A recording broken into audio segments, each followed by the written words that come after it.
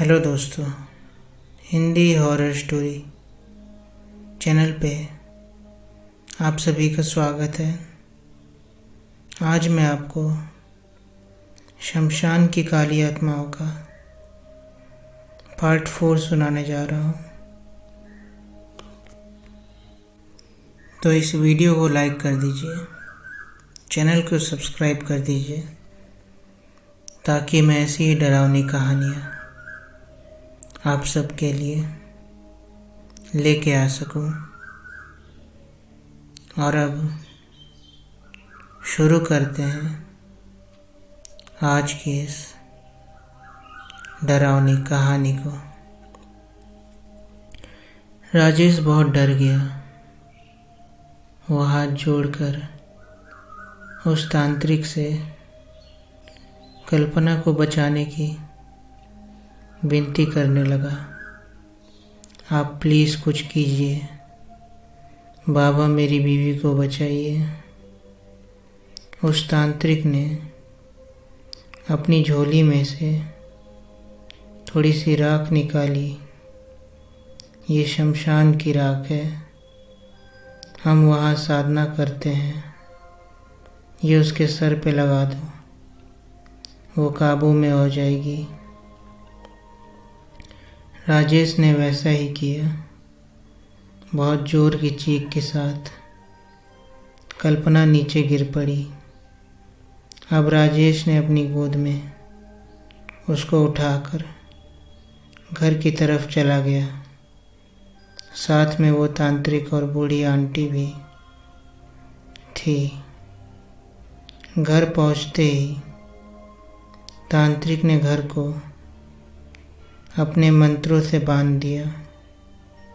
कल्पना को सुलाकर वो सब बाहर आए। उसको एक काला साया दिखा था हमारे बिस्तर पर। बस उसी दिन से कल्पना बदल गई, राजेश ने बताया। तांत्रिक ने घर की दीवार को हाथ लगाकर अपनी आंखें बंद की। ये काला साया तुम्हारी बीवी को लेने आया है, उसको अमर होना है और वो उसको मारकर ही दम लेगा। ये बहुत शक्तिशाली है, इसको बांधना मेरे बस की बात नहीं। मैं अपने गुरुजी को लेकर आता हूँ, तब तक तुम उसको रूम के अंदर बंद रखो। वो तांत्रिक और आंटी चले गए। राजेश को अब बहुत बेचैनी हो रही थी। उसको कल्पना की चिंता हो रही थी। सुबह से शाम तक वो बाहर चक्कर काट रहा था। शाम को अचानक रूम में से रोने की आवाज़ आई। राजेश, मुझे बचा लो प्लीज़, ये मुझे क्या हो गया है? मुझे मरना नहीं है, मुझे बचा लो। राजेश से रहा नहीं गया और उसने दरवाज़ा खोला। कल्पना एकदम से वो शैतानी आवाज़ में बातें करने लगी और अपने भयंकर रूप में आ गई। राजेश ने उसको पकड़ना चाहा, लेकिन कल्पना ने अपने हाथ में एक बर्तन लेके राजेश के सर पर मारा। राजेश बेहोश होकर गिर गया। रात होने के बाद वो तांत्रिक अपने गुरुजी के साथ राजेश के घर आया। राजेश को बेहोश पाकर वो समझ गया कि शैतान ने अपनी चाल चली और कल्पना को लेकर कहीं भाग गया। राजेश को पानी मारकर होश में लाया और गुरुजी ने वो रूम देखा जहाँ कल्पना को कैद किया था। उनको कुछ समझ आया। वो बोले, बेटा समय कम है, यह साया कोई मामूली साया नहीं है।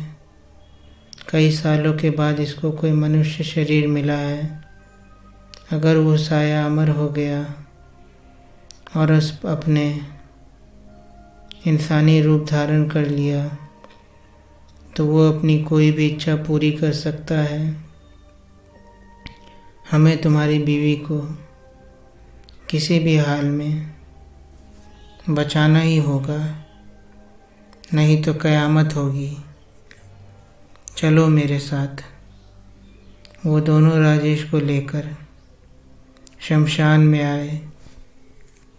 वहाँ एक हवन जल रहा था।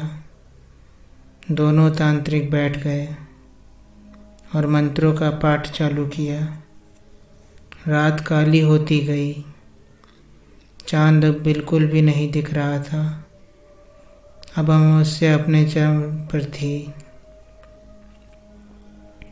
तभी जोर से चिल्लाते हुए कल्पना वहाँ आ गई। वो बहुत भयंकर रूप में थी। उसके आने से वहाँ खून की बबूदा फैल गई। मंत्रों का जाप चालू हुआ था। गुरुजी उठे और कल्पना के पास जाकर मंत्र पुकारा और शमशान की राख उस पे मारी। कल्पना शांत हो गई और उसमें से एक काला साया बाहर निकला। वो दिखने में बिल्कुल कल्पना जैसा ही लग रहा था। अब उसने कल्पना का रूप ले लिया। पहचानना मुश्किल था कि कौन कल्पना है और कौन वो साया। गुरुजी ने अपना हाथ आगे किया और त्रिशूल उनके हाथ में प्रकट हुआ। इतने में वो डरावनी आत्मा ने अपनी चाल चली और गुरुजी के साथी तांत्रिक को मार डाला। अब उसने गुरुजी को भी मारना चाहा, लेकिन उनके मंत्रों के सामने वो टिक नहीं पाया। ये सब हड़बड़ी में वो मंत्रों वाला त्रिशूल कहीं नीचे गिर गया। वो ढूंढने गुरुजी जैसे झुके, वैसे डायन ने गुरुजी को बहुत ही बुरी तरह घायल किया। उन्होंने राजेश को इशारे से वो त्रिशूल से साए को ख़त्म करने को कहा। गुरुजी की मौत से मानो वो काला साया खुशी से कूदने लगा। इतने में वहाँ हर तरफ चीख गूंजने उठी। वो काला साया अब अपने मुकाम पे जाने वाला था। उसको मानव शरीर मिलने वाला था। वो साया झूम उठा। तभी राजेश ने उठकर मंत्रों वाला त्रिशूल से उसका अंत करना चाहा, लेकिन उसने वही त्रिशूल से राजेश को अपना शिकार बनाया और बुरी तरह घायल होकर राजेश नीचे गिर पड़ा। ये देख कल्पना अपना पूरा जोर लगा के राजेश की मदद को गई। अपने पति को वो मरता हुआ कैसे देख सकती थी। वो साया और कल्पना आपस में भिड़ गए। अब कौन कल्पना और कौन साया समझ नहीं आ रहा था। राजेश ने वो त्रिशूल उठाया। कल्पना ने इशारा किया और वो मंत्रों वाला त्रिशूल राजेश ने उस खुखार साए के सीने में दे मारा। उसको तड़पता देख के राजेश ने अपनी बीवी का हाथ पकड़ और उस शमशान से बाहर भागा। वो दोनों जैसे तैसे घर पहुँचे। घर के अंदर जाते ही राजेश सोफे पे लेट गया। उसके सिर से खून बह रहा था। कल्पना ने राजेश को मरहम लगाया और राजेश को बेडरूम में सुलाया।